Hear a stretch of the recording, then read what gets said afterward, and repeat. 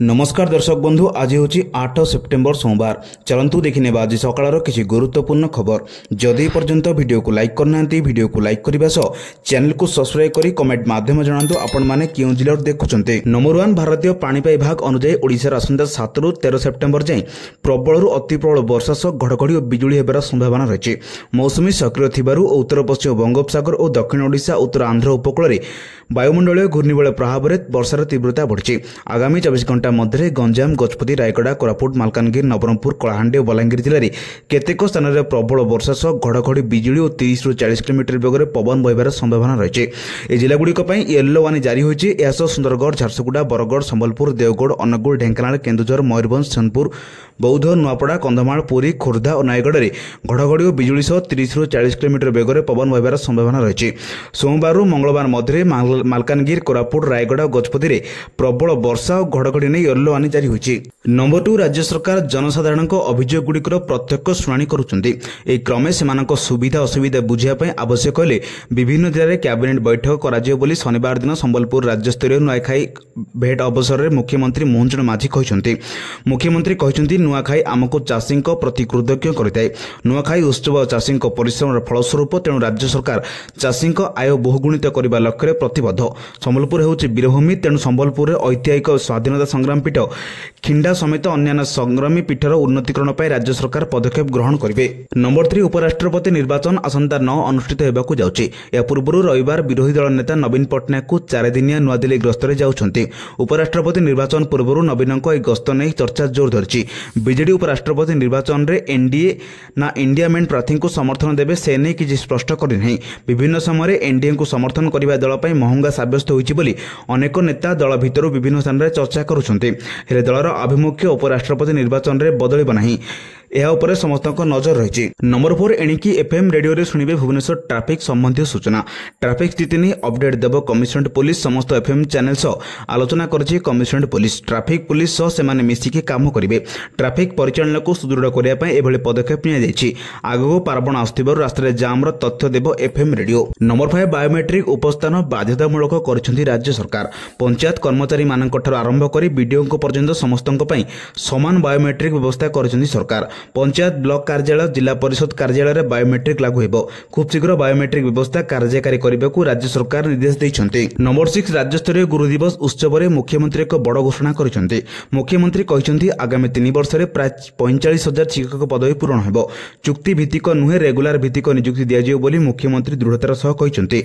मुख्यमंत्री शिक्षा क्षेत्र में 2टी बड़ आह्वान दे कहते ड्राफ्ट आउट ह्रास और गुणात्मक शिक्षा प्रदान करा। तथ्य अनुसार 24% आदिवासी पिलारू अधा पाठ पढ़ुंट। तेणु आम मेधा सिंह हाथ खर्च योजना लागू करूँ। याद्वारा 3 लाख रु अधिक छात्र छात्री उपकृत होती। फल ड्रप आउट यथेष ह्रास पाई सूचना मिली। गुणात्मक शिक्षा शिक्षक और भित्तिभूमि आवश्यक बोली मुख्यमंत्री कहते। नंबर 7 हीराकुद जलभंडार उपरमुंडे लघुचाप जनित प्रबल वर्षा जो शुक्रवार अधिक 4टी स्विच गेट खोल मोट 20टी स्विच गेट्रे जलभंडार अतिरिक्त बन्या जल निष्कासन कर। सूचना योग्य गुरुवार दिन 3टी पर्यायर अधिक 10टी स्विच गेट खोल मोट 16टी स्विच गेट्रे अतिरिक्त बन्या जल निष्कासन जारी रही। मात्र जलभंडार को बन्या जल प्रवेश परिमाण वृद्धि आशंका को दृष्टि रखी हीराकुद नदीबंध कर्तृपक्ष निर्देश क्रमे शुक्रवार सकाଳେ प्रथम पर्यायर 4टी स्विच गेट खोली मोट 20टी स्विच गेट्रे अतिरिक्त बन्या जल निष्कासन कर। परवर्ती काल में शुक्रवार अपराह्न पुणी थे द्वितीय पर्यायर जलभंडार आहरी 4टी स्विच गेट खोलने को निष्पत्ति होती। फल चलित वर्ष हीराकुद जलभंडार सर्वाधिक 24टी स्विच गेट दे खोला बन्या जल निष्कासन कर। नंबर 8 सीबीएसई ढांचार स्वतंत्र ओटीटी परीक्षा।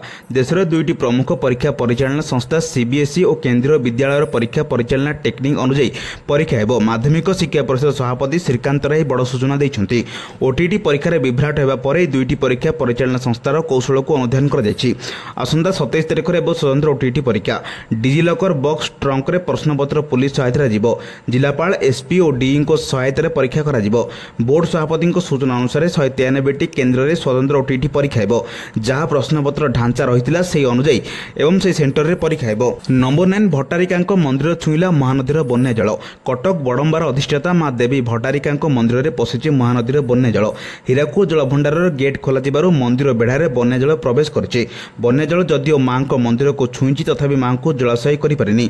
गतकाल ठारु बन्या जल बढ़िबार लागिछि। जदि मंदिर रे बन्या जल प्रवेश करे ते मांको मंदिर पाखरे थिबा रोष घर को मांको स्थानांतर करा जिवो। हेतिबे सेवायत सजाग थिया बेले बड़ंबा देवोत्तर विभाग मध्ये सजाग रहिछि।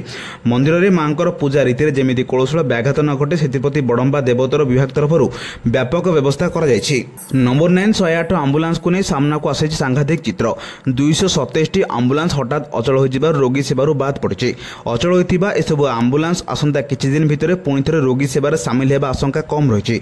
एथिबा विभिन्न जिल्ला रे रोगी सेवा बाधाप्राप्त होइछि। रोगीक पाखरे एम्बुलेंस पहुंचबाको यथेष्ट विलंब होइछि। आगुको स्थिति लागि रहले राज्य रोगी सेवा एक प्रकार ठप होइजिवो।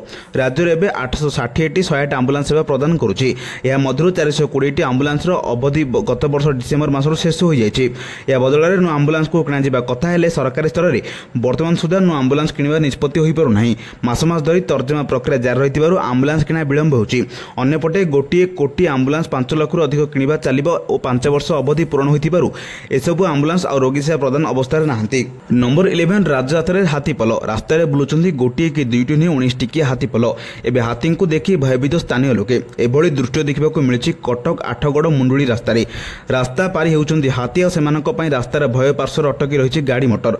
हाथी को देखो आतंकित अवस्था यातायात करथिबा यात्री खुंटुणी बनांचल आठगड़ बनांचल को हाथीपल फेरी। आज सकाळ समय आठगड़ डालखाई ठाकुराणी मंदिर रास्ता पार हो सुकासन संरक्षित जंगल को फेरी हाथीपल। एथिरे दुईटी दंता हाथी रही। तेज से नजर रखिछि वन विभाग। नंबर 12 पंजाब एवं सबुठारु बड़ बन्यार सम्मुखीन होछि। राज्य में बन्या मृत्यु संख्या आज 43 को वृद्धि पाई।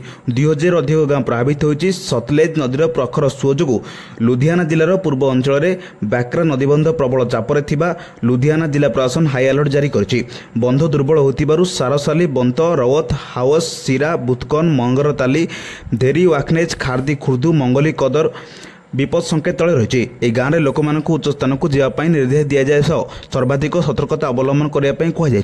सेपटे हिमाचल प्रदेश और जम्मू काश्मीर रौजोरी में पुणी भूस्खलन होती। प्रबल वर्षा जो हिमाचल प्रदेश किन्नाउरा नाथफा डैम निकट में भूस्खलन घटी।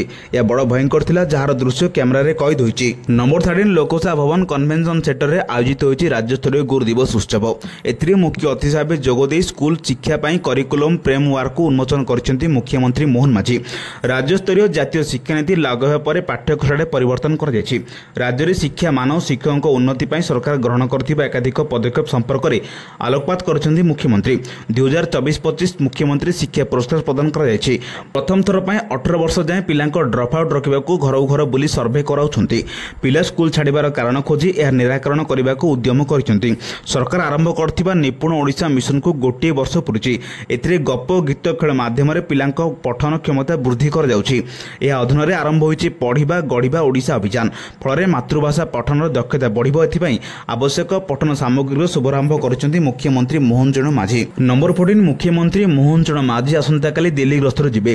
श्री माझींकर यह 2 दिनिया गस्त। उपराष्ट्रपति निर्वाचन पूर्व दिल्ली रे से सांसद को भेटिबार कार्यक्रम रही। सूचनायोग्य मुख्यमंत्री श्री माझी गत 5 तारिख में दिल्ली फेरी। यह गस्त काल में राष्ट्रपति द्रौपदी मुर्मू केन्द्रमंत्री अश्विनी वैष्णव और मनोहर लाल खट्टर को भेटी। ए गस्त नहीं मुख्यमंत्री कहते नुआ दिल्ली महामहिम राष्ट्रपति द्रौपदी मुर्मू सौजन्यमूलक साक्षात कर सौभाग्य प्राप्त होती। यह अवसर में महामहिम राष्ट्रपति ओडिशार विकास परियोजना समृद्ध ओडिशा गठन दिगरे आमर दृष्टिकोण इत्यादि विषय आलोचना होती। केवल गृह नगर उन्नयन मंत्री मनोहर लाल खट्टर जी को सौजन्यमूलक साक्षात कर केन्द्र रेल सूचना प्रसारण इलेक्ट्रोनिक्स और प्रजुक्ति विद्या मंत्री अश्विनी वैष्णव सौजन्यमूलक साक्षात होती। अवसर में ओडिशा संबंधी अनेक गुरुत्वपूर्ण विषय राज्यर रेल भित्तिभूमि विकास सेमिकंडक्टर शिल्प और आईटी क्षेत्र में प्रभाव प्रसार आदि विषय आलोचना होती। नंबर 15 दिल्ली जिबे नवीन पट्टनायक। आज 4 दिनिया नुआदिल्ली गस्तर जिबे विरोधी दल नेता। 9 तारिख में उपराष्ट्रपति निर्वाचन थिया बेले नवीन दिल्ली गस्त नहीं चर्चा बढ़ी। सेपटे सर्वाधिक ସାର୍ଭାଇକଲ ଆର୍ଥ୍ରାଇଟିସ୍ ସର୍ଜରୀରୁ ସୁସ୍ଥ ପରେ ଗତକାଲି ପ୍ରଥମ ବୈଠକ କରିଛନ୍ତି ନବୀନ ପଟ୍ଟନାୟକ। ନବୀନ ନିବାସରେ ବସିଥିଲା ବିଜେଡି ରାଜନୈତିକ ବ୍ୟାପାର କମିଟିର ଗୁରୁତ୍ୱପୂର୍ଣ୍ଣ ବୈଠକ। ନବୀନ ଦଳକୁ ପରିଚାଳନା କରିବା, ଦଳର ରଣନୀତିକୁ ଦିଗ ଦେବା ଓ ନୀତି ନିର୍ଦ୍ଧାରଣ କରିବା ନେଇ ଏହି ବୈଠକରେ ବଡ଼ ବାର୍ତ୍ତା ଦେଇଛନ୍ତି। ଦଳର ଯୁବ, ଛାତ୍ର ଓ ମହିଳା ସଂଗଠନକୁ ଆହୁରି କିପରି ସୁଦୃଢ଼ କରାଯିବ ଏବଂ ତୃଣମୂଳ ସ୍ତରରେ ଦଳକୁ ମଜବୁତ କରିବା ପାଇଁ ପିଏସ୍ସି ବୈଠକରେ ନିର୍ଦ୍ଦେଶ ଦେଇଛନ୍ତି ବିଜେଡି ସଭାପତି ନବୀନ ପଟ୍ଟନାୟକ। ନମ୍ବର 16 ସିପିଏସ୍ଇ 2025 କିମ୍ବା ଓଡ଼ିଶା ପୋଲିସ ଏସ୍ଆଇ ପରୀକ୍ଷା 2025ର ଅକ୍ଟୋବର 4ରେ ହେବାକୁ ଥିବା ପତ୍ରକୁ ଅକ୍ଟୋବର 6କୁ ଘୁଞ୍ଚାଇ ଦିଆଯାଇଛି।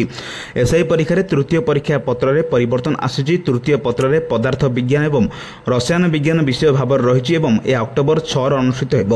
ଏହି ପରୀକ୍ଷା 4 ଅକ୍ଟୋବର ସକାଳ 10ଟାରୁ ଅପରାହ୍ନ 1ଟା ପର୍ଯ୍ୟନ୍ତ ଅନୁଷ୍ଠିତ ହେବ। ଓପିଆର୍ବି ଆହୁରି ସୂଚନା ଦେଇଛି ଯେ ଦୁର୍ଗାପୂଜା ଭସାଣୀ ଯୋଗୁଁ ପରୀକ୍ଷାଗୁଡ଼ିକୁ ଘୁଞ୍ଚାଇ ଦିଆଯାଇଛି। ଓଡ଼ିଶା ପୋଲିସ ନିଯୁକ୍ତି ବୋର୍ଡ ରାଜ୍ୟର ବିଭିନ୍ନ ଜିଲ୍ଲାରେ ଏସ୍ଆଇ ପଦବୀ ପାଇଁ ପରୀକ୍ଷା ତାରିଖ ପ୍ରକାଶ କରିଥିଲା। ଏସ୍ଆଇ ପଦବୀ ପାଇଁ ଓଏମ୍ଆର୍ ଭିତ୍ତିକ ନିଯୁକ୍ତି ପରୀକ୍ଷା ଚଳିତ ବର୍ଷ ଅକ୍ଟୋବର 4 ଏବଂ 5ରେ ଅନୁଷ୍ଠିତ ହେବାର ଥିଲା। ପୂର୍ବରୁ ମଧ୍ୟ ଏହି ପରୀକ୍ଷାକୁ 2 ଥର ସ୍ଥଗିତ ରଖାଯାଇଥିଲା।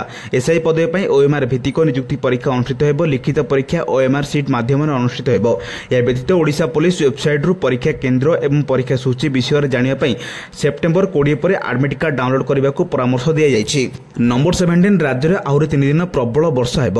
ଭୁବନେଶ୍ୱର ଆଞ୍ଚଳିକ ପାଣିପାଗ କେନ୍ଦ୍ର ପକ୍ଷରୁ ସୂଚନା ମିଳିଛି। ଆଜି ରାଜ୍ୟରେ ପ୍ରାୟ ସମସ୍ତ ଜିଲ୍ଲାରେ ବର୍ଷା ସମ୍ଭାବନା ରହିଛି। ବର୍ଷା ସାଙ୍ଗକୁ ବିଜୁଳି ଘଡ଼ଘଡ଼ି ନେଇ 5 ଜିଲ୍ଲା ଗଞ୍ଜାମ, ଗଜପତି, କେନ୍ଦୁଝର, ସୁନ୍ଦରଗଡ଼ ଏବଂ ମୟୂରଭଞ୍ଜକୁ ୟେଲୋ ୱାର୍ଣ୍ଣିଂ ଜାରି ହୋଇଛି। ଏହା ବ୍ୟତୀତ ବର୍ଷା ନେଇ ଅନ୍ୟ 25ଟି ଜିଲ୍ଲାକୁ ୟେଲୋ ୱାର୍ଣ୍ଣିଂ ଜାରି ହୋଇଛି।